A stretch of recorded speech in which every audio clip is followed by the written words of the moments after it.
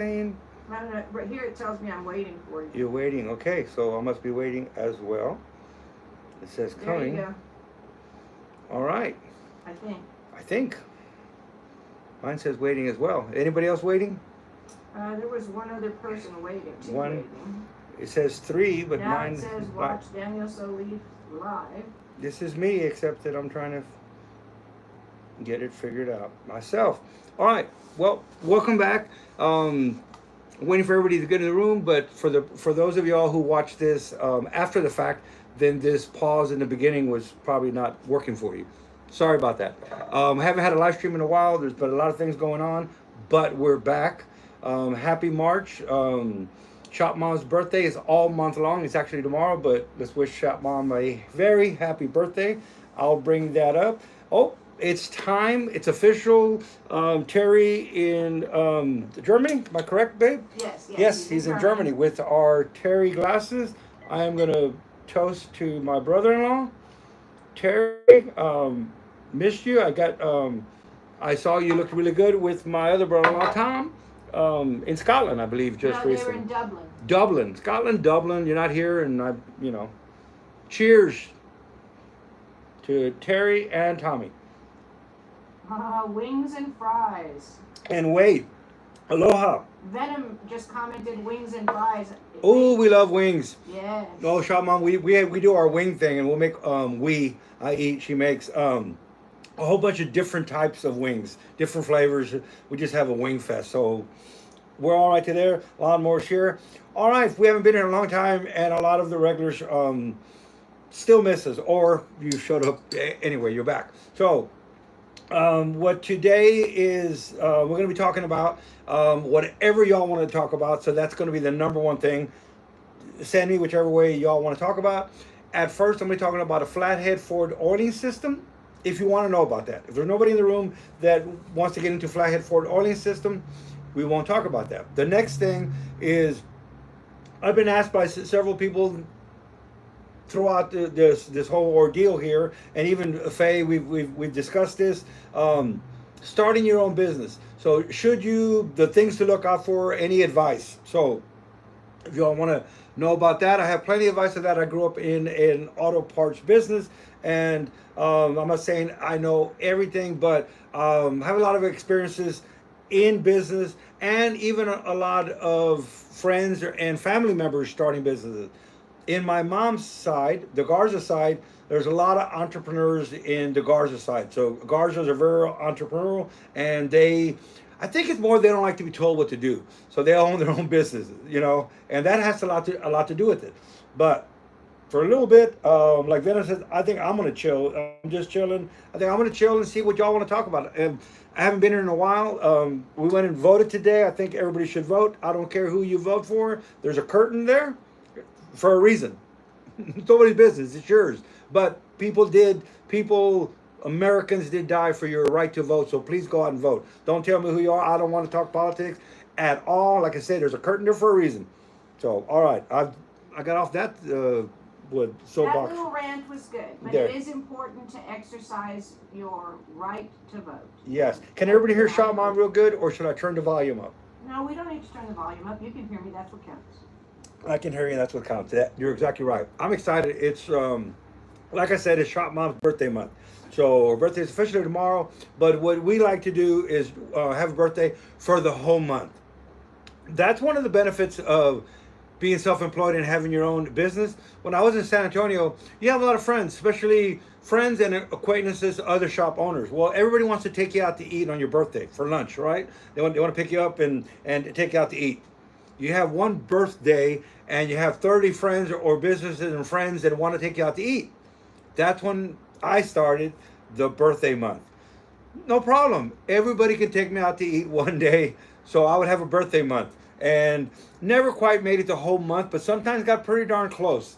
So I encourage you that if you have a lot of friends and a lot of people that want to take you out to eat, you can bring everybody together and have one meal.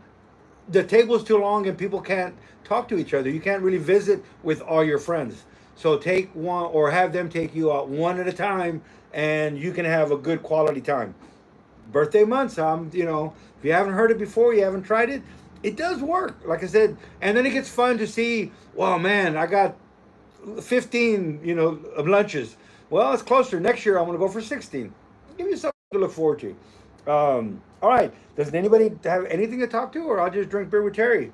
Terry's not having a beer. I don't know. Maybe he is having a beer. Terry, are you having a beer, or are you having your real drink? He does like his adult libations.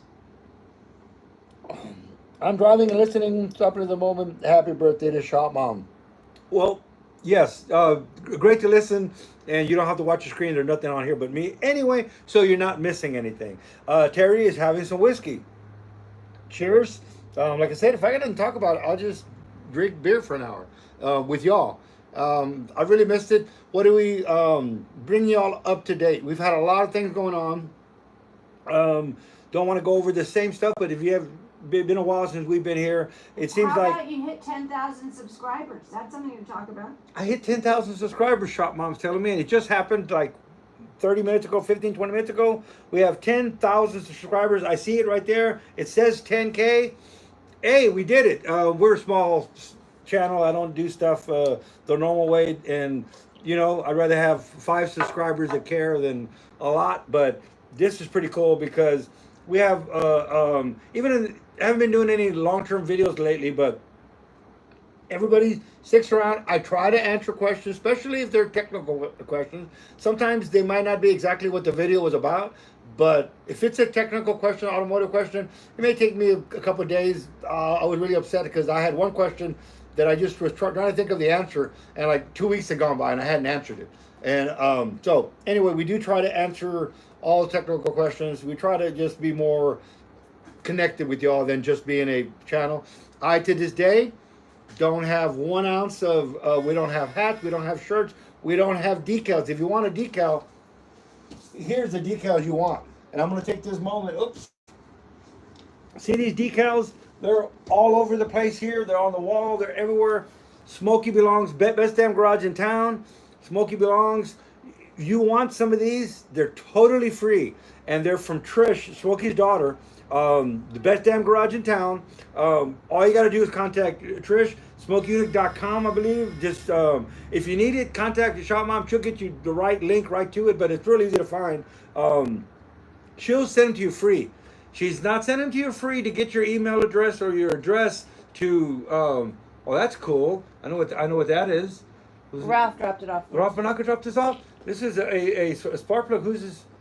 Oh well, I got a free gift just right now, and For my birthday. For her birthday. And if you know, you know. If you want to know what this is, then I'll that's pretty cool. So back to Smokey Yunick. And Smokey Belongs, what we're trying to do, what Trish is trying to do, is Smokey belongs in the NASCAR Hall of Fame. But he's not in the NASCAR Hall of Fame because of, if you read the books, Bill France, the France family, that doesn't matter. But we know that NASCAR would not be NASCAR without Smokey Yunick. So then he got tired of NASCAR and he went to Indy, and he loved Indy, and he did all kinds of racing. And I mean, read the books. He even did boat racing. He was great for the environment, great for the world. Oil. There's just so many aspects. He's a war hero. That should be probably the number one thing we think of. I think every Veterans Day from now on will be talking about Smokey Yunick because, he didn't. Not a lot of people know that he was a war hero.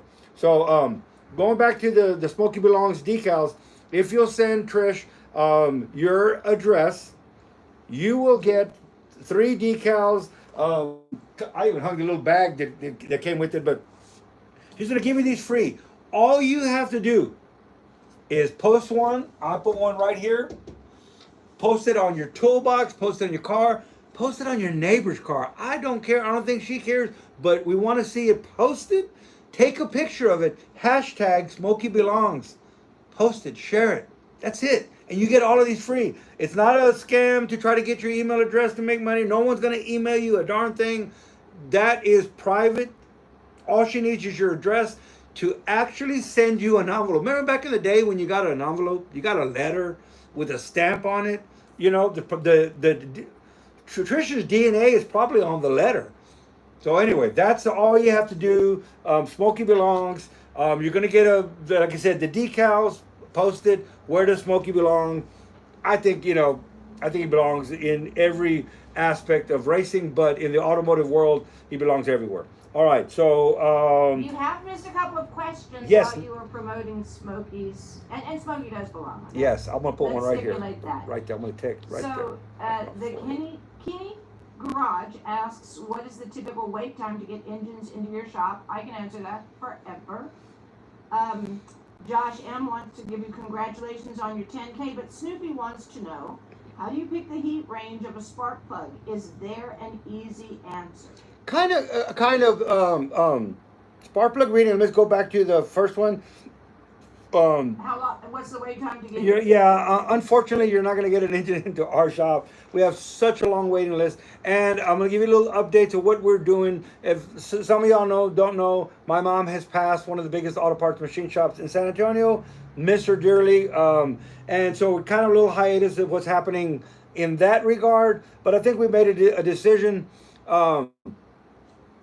We have a big shop at home, which is where I was until we moved to this location to be on a frontage road and be more to the public, which has been awesome. People can come in and see Smokey stuff, touch Smokey stuff. But I think it's time, like my mom, I was trying to get my mom to retire. We were trying to get my mom to retire, and it's like, Mom, what are you gonna do? Die at work? My mom literally died at work. She was in her office, so it was literally like I said, she died at work. What she said is like, Mom, are you going to die at work? And she said, well, that wouldn't be a bad thing, would it? And that kind of goes into the business thing. My mom wasn't into business. I don't think there was any other thing that she could have done. Business was her. It's kind of like it's in my blood. And it's an everyday thing. It doesn't go away. It's 24 hours a day. I mean, it's always happening. So the reason my mom, it was problem solving. If you like solving problems, start a business. You're going to be solving problems all day long. You're going to be solving problems of electricity bills, and I mean, whatever you're doing, the problems you're solving every day. If you're building a piece, you're going to be solving those problems, and it doesn't end. Then all of a sudden you got more work than you can do, so you have to bring in another person. That starts a whole other thing of solving problems. Now you're dealing with people. Besides, there's another thing. A lot of people don't realize, if you're not a people person, don't start a business. You have to talk to people. Unless you're one of these businesses that you start and you never see somebody, and you're providing a service for the government or providing a service for somebody else, and you never have any walk-in, well then that's fine. But for the most part, if you're into the retail business, you talk to people every day. Well, guess what? Jim Losey, my friend Jim Losey, was here visiting last week, and I should have did a live stream. His remains were here last week. His remains were here. He's not here, like I said, because I would talk to Jim all. We had him here for a couple of weeks, and to visit. This was his home before he went home, and I take him to the back, and I put him on top of a mill. And while I was milling, I had me and Jim, and I smoked a cigar with Jim, and I had a beer with Jim, and I sat down, and the shop mom would just keep saying, Jim's not here. Jim's in heaven. Jim's not here. This is just his. I did not keep saying it. I simply said that those are his remains. That's not Jim. Absent from the bodies in the presence of the Lord. And I know. I still could pick. His physical body was here, but he wasn't here. But it did feel good to have Jim home. I mean, for his sister had asked.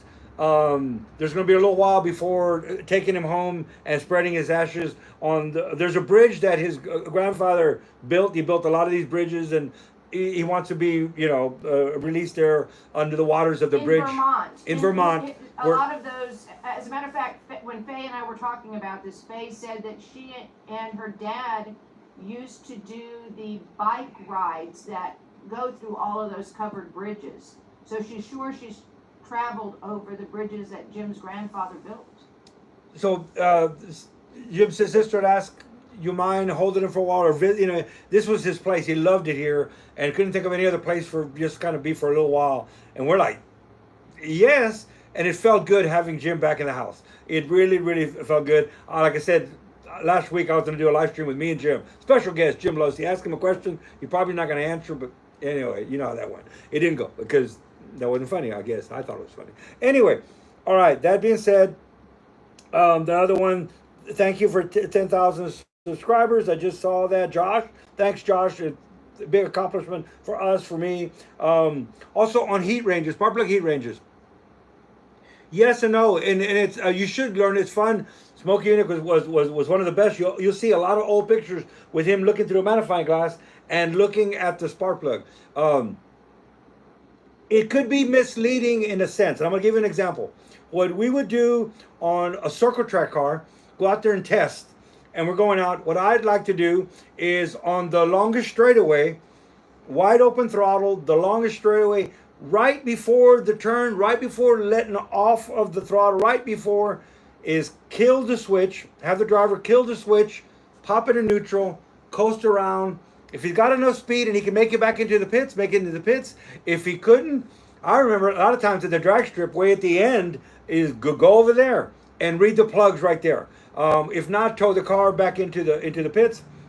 You cannot idle a car back into the pits and read plugs. You're not getting what's happening. You know, if you think about it, you're reading the plug because you want to see the combustion, what's happening in the combustion chamber. You're looking, the plug's going to tell you your air fuel mixture. You want a tan color if it's the right air fuel mixture for a street car. We get them so lean now that they can actually look like a brand new plug and not even any tan color in it. So that was back in the day when we read plugs with a carbureted motor. But if you idle the car into the pits, all that idling just dumped a bunch of raw fuel in the plug. So you're reading what's happening when it's coming into the pits. I don't care what's happening in the pits. I can hear that. I can, tune that. I want to know when it's wide open throttle, max RPM, going down the straightaway. At that moment, is it rich or is it lean? That's what I want to know. If it's lean, it's going to be popping through the thing that you're listening.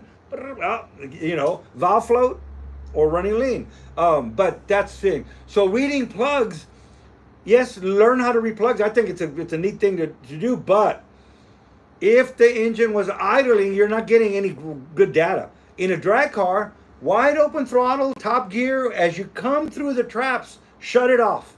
Shut it off. Coast in as far as you can. Like a lot of times, we would, we didn't have little mini bikes and golf carts back in the day, but afterwards you had little pit bikes. Go to the car, pull the plugs right there, and either if I can't read them right there at the end of the track, doesn't matter. Pull the plugs out, keep them in order, put another set of plugs in, and let him drive back to the pits. I have checked plugs out at the end of a turn. If it's a Wednesday or Thursday at a track that you're just doing testing, but that's the thing, is you want to read plugs at wide open throttle under load. That's where you want to know. Okay, the little metal tab that comes over to the electrode, that's where you're going to start looking at your heat range. Okay, that right there, if you look at that little wire that comes up there, the heat range is going to stop. Okay, what that means is that the tip got glowing cherry red, and right when it started to cool down, that's where the heat stopped. You can look at that little metal that goes on the spark plug. I wish I had a spark plug here to show you, but if you don't know what that little tab is, I don't even know what it's called. So the electrode and the little tab on the side, I shouldn't be talking about checking spark plugs. But if you don't know what I'm talking about, then you shouldn't be learning how to read plugs. I'm not picking on you, I'm picking on me because I don't know all the right terminology. But you're going to see that. So if the heat range is right here, if the witness mark, the heat stopped right here, you need a little, what? Diode. Diode. Says diode. That's not the diode, that's the electro. I don't know what this, the little piece that goes over the top. Well, it's nice to have audience participation. Yes. Thank you, Venom. Thank you, Venom. The diode, maybe it's called, I'm thinking of diode like in electronic parts, and it's not that type of diode, but it's the little metal piece that goes over on the top of the electrode. So what you want to do, if it only heats up a little bit, but it's not going all the way to the weld, that little piece is welded onto the base of the spark plug. Okay? So if the heat stops somewhere in between, it needs a hotter plug. We need to go a hotter plug. We want the heat to go all the way to the weld. The heat going all the way to the weld is probably the right heat range for that application. I always start off with a colder plug when stuff is got a lot of compression or a lot of boost, or we're leaning up and we're slowly getting to the tune. I don't want a real hot plug. I don't want to burn a hole in the piston. I don't, I'd rather follow plug. If the plug is too cold, the fuel that's coming through is going to cool off the combustion chamber. It's fuel. It's, put some fuel on you, some gas, and blow air on it. It gets cold. So what you want is that heat range to go all the way across here. You don't want a cold electrode tip on there. You don't want the fuel to cool it off too much. So you want the heat range to go all the way to there. If the heat range goes past it, you can see it. Now you look at it. Now, this should, if you're interested at all, this should get you like, I can't wait to pull a plug out and look at the heat range. If the heat range, the discoloration is blue and all the way down, and it goes into the first thread, it's too hot of a heat range on the plug. What? Okay. So I don't know if it's difficult to talk about heat range. I think it's exciting. I like looking at plugs, and I like reading plugs. Like I said, back in the day, we wanted a light tan color. Also, you're gonna have to get your little magnifying glass. The one I have came from Comp, but you're gonna look at the porcelain. Down the porcelain, you're gonna go all the way down there in the porcelain, and you're looking for a whole bunch of stuff when you're reading plugs, besides just reading the heat range. And that's just a simple thing. You want to figure out, do I need a colder or a hotter plug? Look at the electrode, okay? But it goes past that. What Smokey was looking at, he could look at a plug and tell you, this car is done. It's going to blow up. The engine's going to blow up. Go ahead and take it off a track now. No more laps by looking at the plug. So what are you looking at the plug? In the ceramic part, the white plug in it, the white part in the middle, the extended reach ceramic was Smokey Yunick's invention. So we're looking for specks of aluminum. Get your magnifying glass out there. Look on that porcelain. If you have specks of aluminum on there, you're running lean, buddy. You're already losing some of the piston. You're already a nitrous motor or a motor that's running lean. Lean is heat. Okay, so lean and heat are two things but sometimes when it's hot in the combustion chamber, is it because of the lean, or is it because of something else that's heating the combustion chamber, which will make it run lean? So you got to kind of see everything and then make a judgment of what's yin and what's yang, what's making it happen. Because two things can be the same thing but caused by a different thing. If the cylinder temperature, if you're running a 250 degrees coolant temperature, I can guarantee you your air-fuel mixture in the combustion chamber is going to be lean. Why? You're hotter. So you're vaporizing more of that fuel. So anyway, I don't want to get too much into spark plug, or maybe it's okay. There was a great discussion going on in the chat. Okay, well, Lawnmower says he was always taught center electrode and ground electrode. Wave says ground electrode. Venom says diode versus electrode. Lots going on. And maybe they're both electrodes. One's the grounding electrode, and one's because that's the one in the center is the one that gets all the voltage, and the one on the side is the ground. So awesome. Hey, at least people are participating. Yes, there is audience participation. There was also a question about what's going on, any progress on the hot vapor car. Okay, and I'm going to answer Lonnie first about those EGTs. EGTs are awesome. That's almost better than reading plugs anymore. Nowadays, the with electronic fuel injection, they're so efficient. It's difficult to read a plug because if everything's working right, the plug looks brand new. You don't, so if you're looking for a tan color, which what we did back in the day, that showed us that our air fuel mixture was about right. It's too rich on you could actually start dumping a lot more fuel looking for the tan color. So we don't do that kind of anymore. EGTs, exhaust gas temperature. Lean is heat, hot is lean. So if your exhaust temperature starts to go up, I can pretty much bet you're running lean. Start dumping some more fuel in it and see if it comes down. I bet it's going to come down. Okay, that's EG. Smokey's with the king of lean. Yes, his hot vapor engine. Okay, this is from Overbuilt Automotive. I'm going to now go over to Smokey, because I'll talk about Smokey all the time. The car's done. Right there in the floor, in the front, is the fifth wheel. That's the wheel that hung on the back of the car for EPA mileage testing. Back in the day, the old timers, you remember seeing that, a lot of times they had a suction cup on the side of the fender, and there was a tire that hung on the back.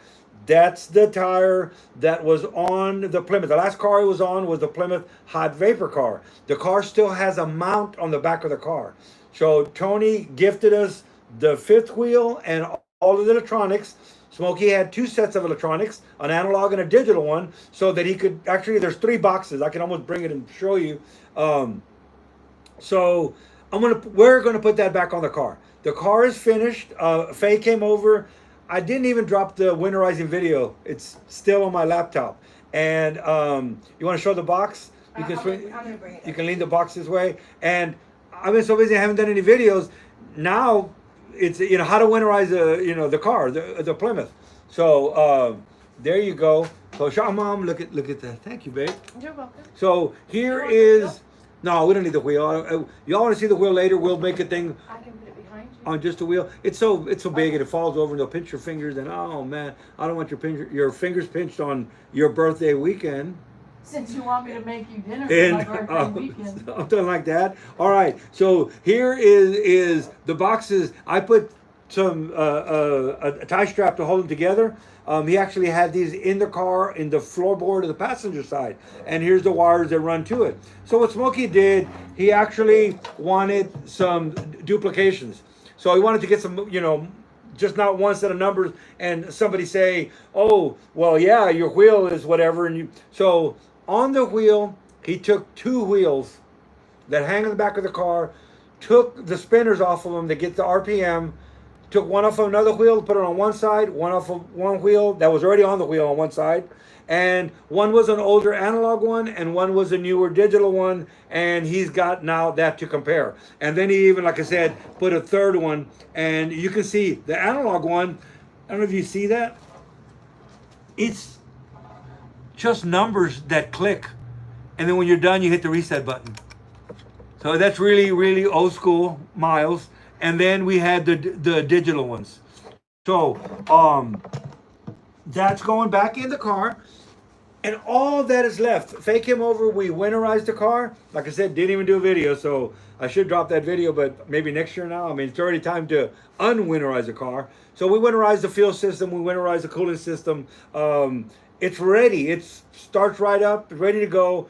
All we have to do as soon as it warms up, I think we're almost there. We may have one more freeze, and here it freezes, 38 degrees. Woo, it's freezing. That's not a freeze. I know. He's always cold. I'm always cold. So, but this is Texas. This isn't like where you got to put a car away for 4 months, 8 months. But we did winterize it because we have had the snowmageddon that froze everything. So I didn't want to take a chance on the hot vapor engine, cracking. So all that's left now is to unwinterize it. We use Seafoam, we use the stay belt. We use the full stay belt product in the fuel system, in the combustion chamber, in the carburetor, everything. We ran it and then we shut it off. And So Scooby wants to know when you're going to go on the power tour. I think so that's what's left. That's why we kind of are thinking it's time to go home, time to, my mom, love her to death, and she died at work. And I don't think I want to die at work, even though this is what we do and we'll end up doing this our whole life. But I think it's kind of time that we're remodeling the home shop, making it a killer studio, AC, everything, where we can film out of the home shop. And now that the car is ready, it's ready to take it on tour. I mean, it's ready to this one needs to be done.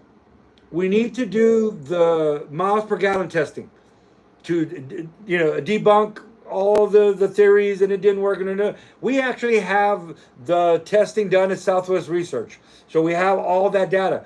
People don't care. You can show them notarized sealed copies from John DeLorean, from Chevrolet, from Southwest Research. They just think it's all smoke and mirrors, So what's left is actually put the car on the track. So I need to find, if anybody knows, I need to find, hey Ed, I need to find a flat track. We thought about Circuit of the Americas in Austin, but it has a high bank, and I don't want a banked surface. I need a flat track, flat, no incline, no decline, so that we can get the mileage. So we need to get the mileage. 54 miles per gallon is what it got before. Hopefully we can still get to 54 miles per gallon now. There's still the issue of what fuel does Smokey use. There's still some things that I haven't been totally figured out. Got the car running, drives great, slams you in the back of the seat. I mean, it's amazing. But we need to do the miles per gallon test. Next, we need to do the 0 to 60, and then we need to do the quarter mile testing. So all that's left on the Plymouth is to actually take it out and show it. Well, I can't do it while we're working. So well, you can't do it while we maintain a retail presence. The retail presence. That's. We will continue to do the things that we do. We'll do it on an appointment basis, so you guys can continue to reach out, and as time permits, we will work in projects. But the fact of the matter is, there are more days behind us than in front, and it's time to seize the day, as the saying goes. Very true. Exactly what Shop Mom said. I don't want to die and not ever, we got the car running, we got the engine, we got it restored, we got all these things, the components restored, the car's all done, and then I die or whatever, and the kids have it, and it goes in a museum or whatever happens to it. No, so I think it's time to focus more on spreading the word. Best damn garage in town, Smokey belongs. So showing everybody that it works. Snoopy wants you to go to Detroit to Autorama so he can see the car in person, and I think that's an admirable goal. Snoopy, I think we're going to add that in. If everybody would contact, and we're almost at SEMA this past year, and courtesy of eBay Motors.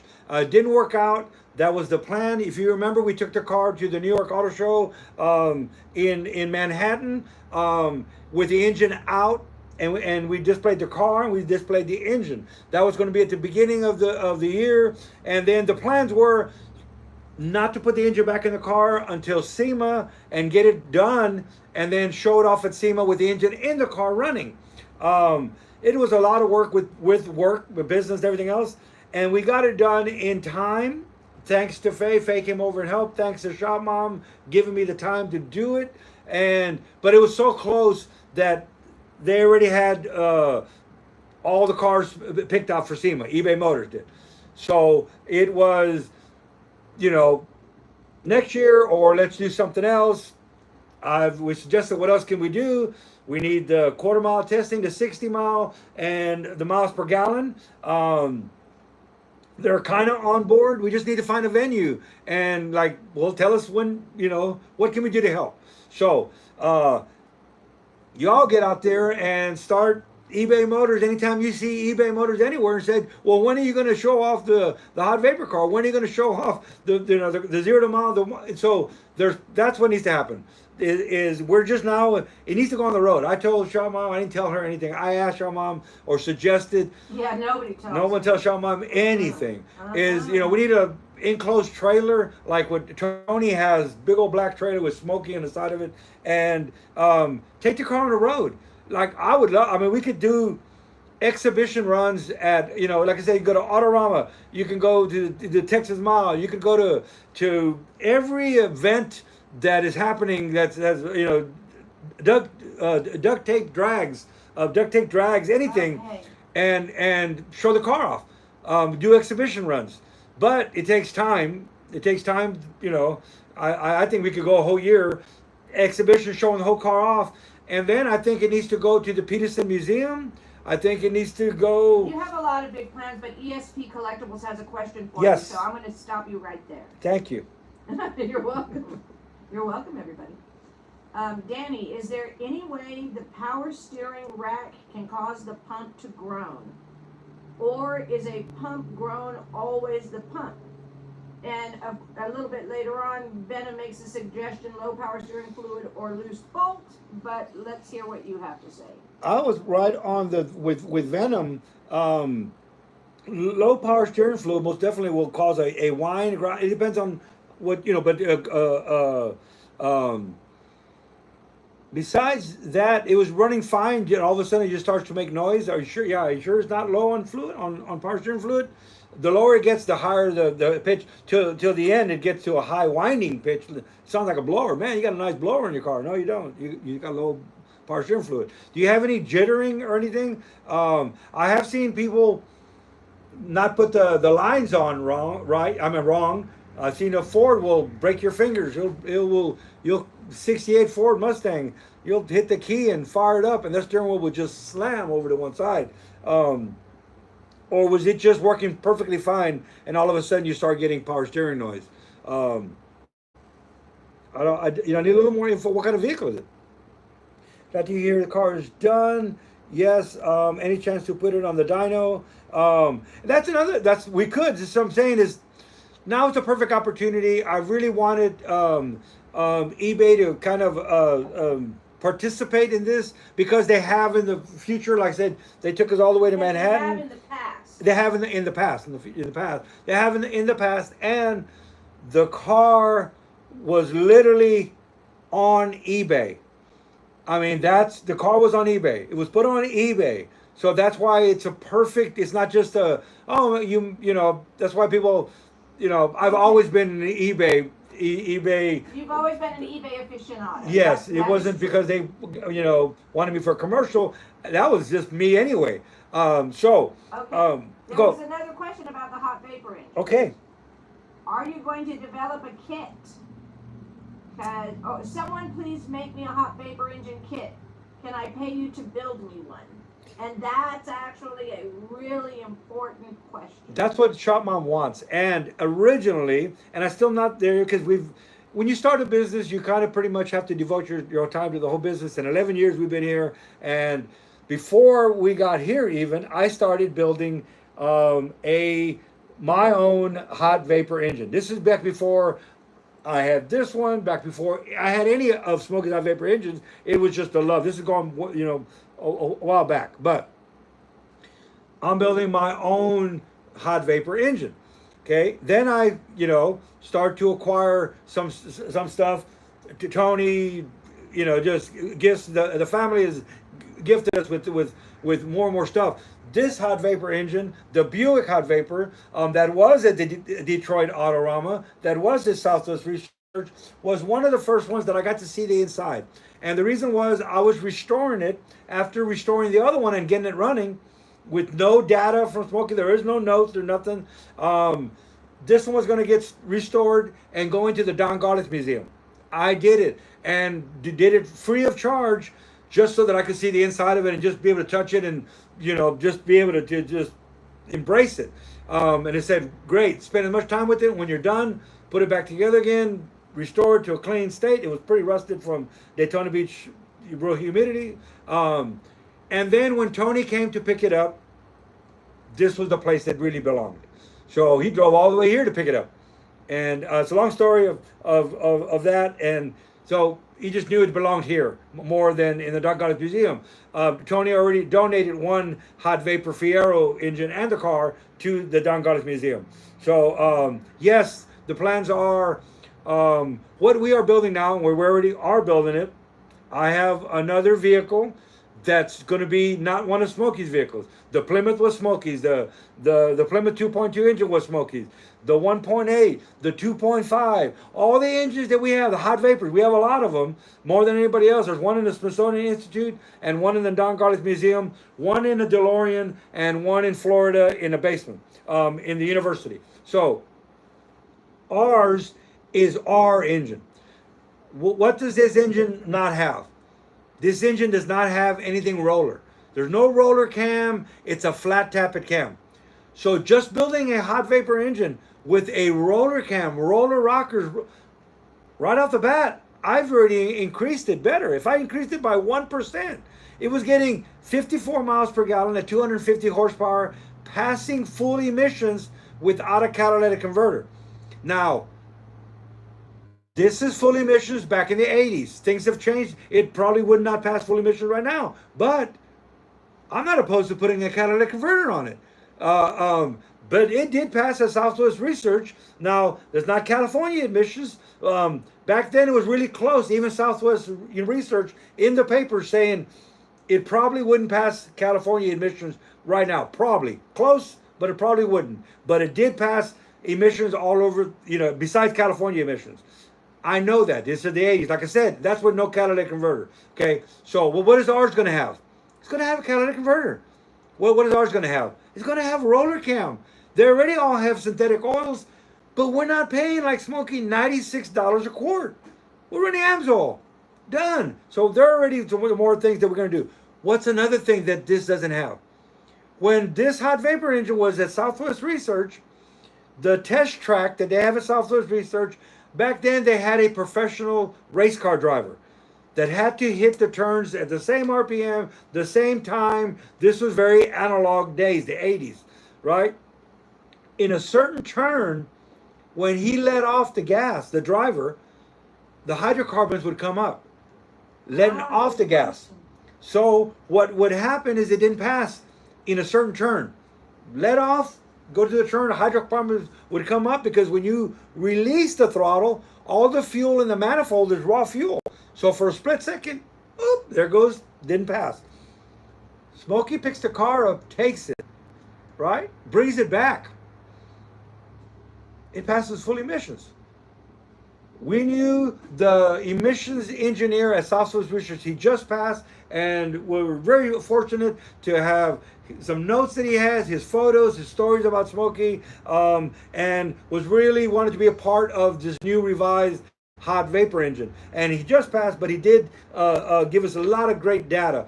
And like what he said, as engineers at Southwest Research, you don't get to ask questions. Who's ever paying the money, ask all the questions. It's their time. You have questions. Smokey's not there to answer your questions. You're there to answer his questions. He was very specific. What did it fail? At what? At what? At what? At what? Takes the car, brings it back.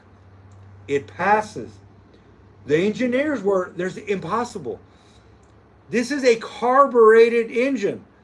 How did Smokey fix the turn number 4, lean or rich?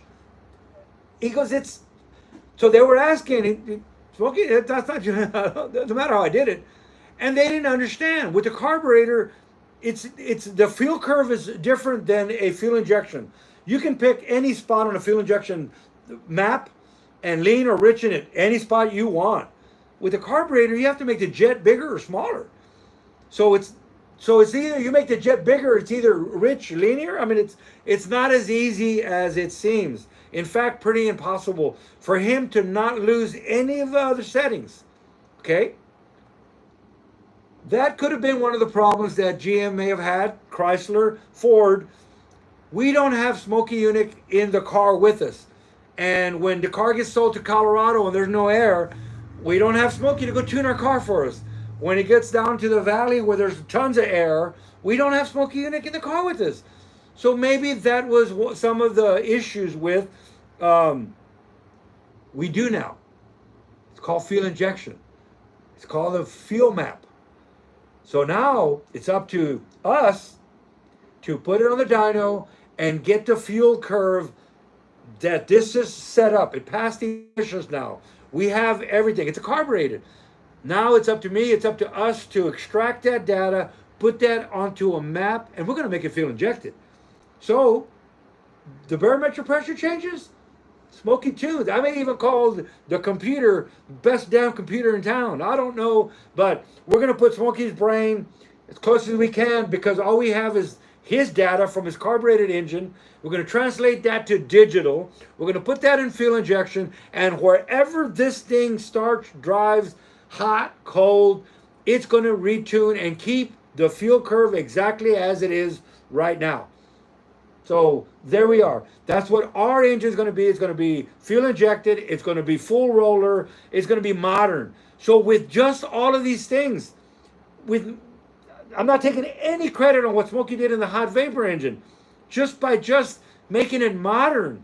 If I make it modern by 1%, we've accomplished what we were going to do because it's already amazing. Once again, 54 miles per gallon, 250 horsepower, past full emissions with no catalytic converter.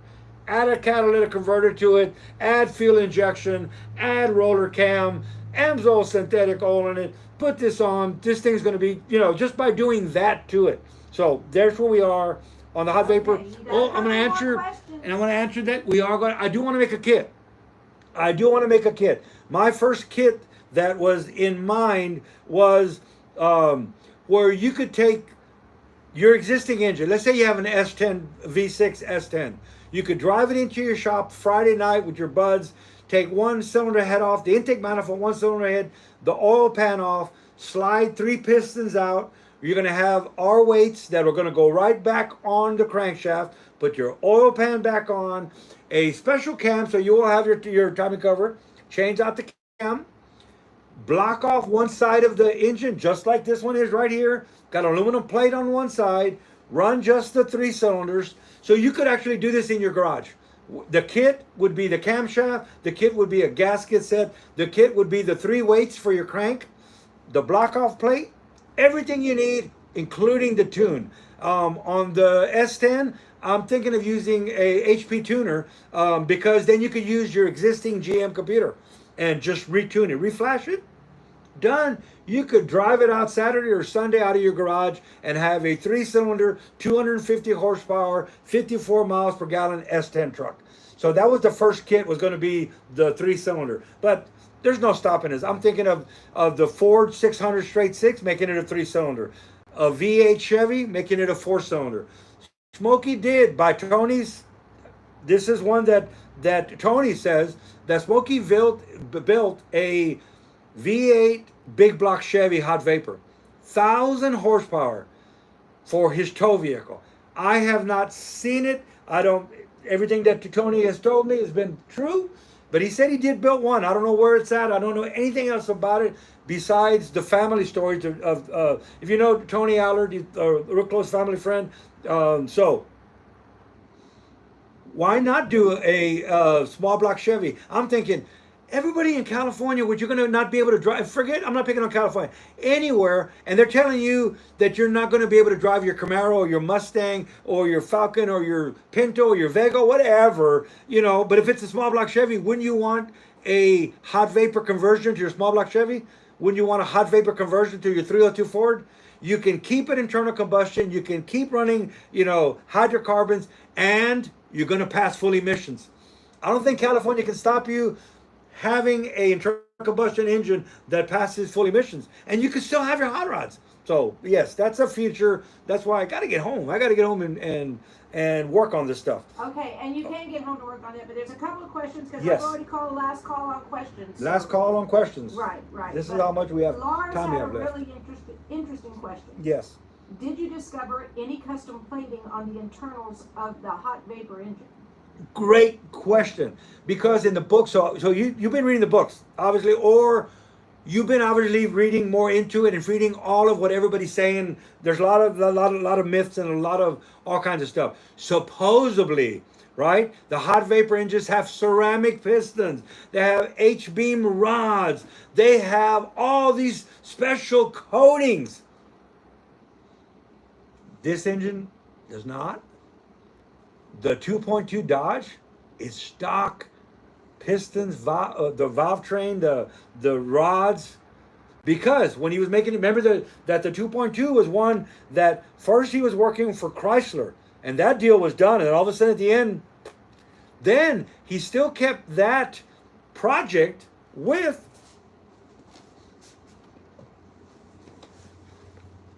there it is. Inside of, what does it say right there? Crane cams. What does it say right there? Am I upside down? No, upside down. There you go. Crane cams, Smokey Yunick. So this is his hat. So there was a case of these that never made it anywhere. And I was fortunate enough to find a couple of them. I wish they fit my big head, so I don't look like Smokey. But that's when he was working with Crane to have a kit. And that's what it was going to be. It was going to be a kit that Howard Crane and Smokey Yunick got together, and they were going to make a kit for for you to convert your hot vapor car. The very first one was the 2.2 Dodge. And what Howard Crane, the Crane powers that be, wanted Smokey to detune it because they wanted it to be able to be put on a stock Dodge 2.2. So I got a feeling that the Dodge 2.2, the reason it's in this way is because he didn't want Chrysler or anybody to have to do anything special. So it does work on stock components. I do have boxes. Smokey would buy pistons in boxes. So I know that the Iron Duke did have H-beam rods. It did have 6-inch rod, longer rods. It did have different pistons. But I also know that some of the engines were totally stock. Wait till I get into the 1.8 Sunbird engine. I don't know what's in it. But no, from what I've seen, I expected when I pull the oil pan off to see H-beam rods and ceramic coated pistons and all these new exotic parts. No. Like I said, but I do have parts of the Iron Duke from the Fiero. Now the other Iron Dukes that I have stock rods, but I got case with rods out of it. That's sure enough, like what Smokey said in his book, the rod that he talked about in his book, but have I pulled a hot vapor engine apart? And I'm not the only one that's probably ever pulled a hot vapor engine apart, besides anybody who was working inside of Smokey's shop, which was very few he would let see the inside of the engine. So great question, because that means that you have read stuff. Did you discover any color? That was it. That was ours. Okay. Last call. I'm getting down to the last call. Well, we've actually had a bunch, but Rick Roberts asks, so Shop Mom, Daniel's plan is to have something we can buy in the future, right? I think that's what he's getting to, but let's give him a few weeks off to work on it before the EVs take over. Yeah, EVs have their place. I don't know that it's that time yet. A whole bunch of the world doesn't have the capacity to build the structure that it's going to take to support EVs, but that's a whole other discussion. And yes, we all miss book club. Lon is talking about missing book club, so there are a number of people who do miss book club. I'm one of them, but as I said, there are just a whole bunch of reasons why we probably will not be able to have that with Faye included anymore, because she's really busy. Not that we wouldn't love to have her, but we really would. And that's the thing. It's her schedule. I get which is a blessing. The more and more you start doing, the more and more pulls. You know that Faye is now to the Toyota spokesperson. I mean, she's besides. I mean, All Girls Garage. There's all kinds of stuff. She was here all day working in the dyno. She's been working in the dyno for a while now. But I wish I had the energy. I wish I was young. I had the energy, because I will say that she's just like an Energizer bunny. And then she'll go, she's restoring the car. If you follow her, you'll see the Supra is just, she's not just paying people to do stuff. So anyway, she is all over, from paint and body to upholstery. She was doing seats. When she leaves here, she heads over. She works on interior. She works on her suspension.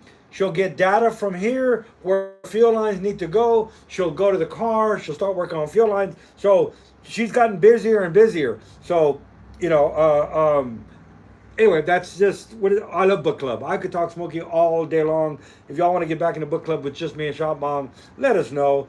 We haven't even got to the book of all his inventions, which is the one I wanted to just start off. That's where he wanted to start. It was pandemic, and I was like, let's just pick his inventions, because we'll talk about the hot vapor engine, but there's all his inventions. And then it was like, well, let's start from the first book and make it, our way. Okay, but we never got to it. We have people already signing off. Okay. But Lars asked a question. And I just saw Jay Scott, so anyway. Yeah, Scott's here. Oh, Scott and those nuts. Scott, yes. And then if the engine had stock internals, I'd be very intrigued to see the temperatures within the combustion chambers. Do you have the equipment to measure that? Yes. In fact, we were. I didn't want to. I did really bad, but didn't really bad. Kind of. The Plymouth is a historical car, So I had to be careful not to go into it any further than was necessary to replace the rusted parts or whatever parts were bad to get it restored, and to find the components that were not on the car or not on the engine. So you had to pretty much get your head around what was happening and see stuff like that. The dyno has the ability to do all of that, and I just didn't want to blow it up on the dyno or load it up, and and it was time to get it in the car. So I thought that let's go ahead and get it in the car.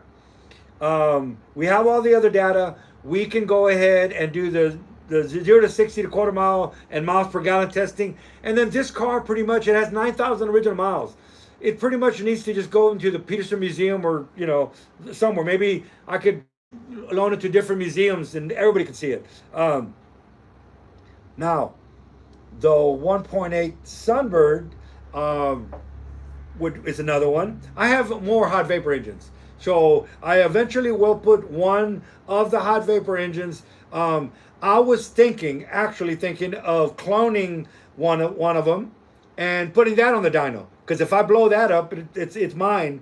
I just don't want to blow up one of Smokey Yunick's dyno in it and stuff. But we're going to extract as much data as we can. I am going to put as much data acquisition on the car that it's not drilling any holes or anything, and get as much. Now you can actually get cylinder pressure, a transducer that actually, it's like, I think it's made by NGK, goes underneath a spark plug and will give you cylinder pressure at any given crank degree.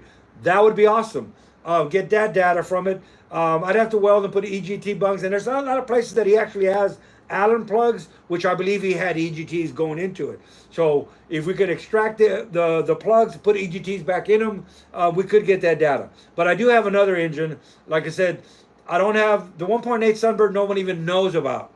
No one even knows there was a Sunbird. The family didn't even know what engine that was. It's like, we don't even know what kind of engine this was. And I could tell by the engine what it was. So at one time, Smokey built a Sunbird, 1.8 Sunbird for GM. I mean, it's on a stand. I got it. I have it. So anyway, we will get we're running up on an hour. Data. Yes. We're running up on an hour. There's lots of interest in doing book club again. As Venom said, we came for Shot Mom, yet stayed for wisdom. Love that line. Thank you, Venom. He's my bud. So happy to see everybody again. And I know we promised you we would be doing this really more on the regular. Sadly, life still has lots of challenges for us with parents and aging parents. And that's what you remember, that's what it was? We were doing a live stream. We're about to do a live stream. Shaman comes, gets me out. We got to go to the hospital, and this just started, of course, and then my mom passed, and this is just every time. And it's not like, I don't want to just say, well, excuse, I was going to do a live stream, but now we're not. Life happens, but we do want to get more back into this because we love y'all. Y'all is, I mean, heck, I can talk all day. But yes, you can. But right now, we're going to say peace and assembly, grease guys, and we will do another live stream before the end of the month. Hopefully, we'll do one for St. Patrick's Day. We'll see. And Craig was talking about take it to banks. Gail, me and Gail really love talking about Smokey. We get into Smokey a lot. Gail tells me that Smokey called him when he was sizing the turbo / homogenizer.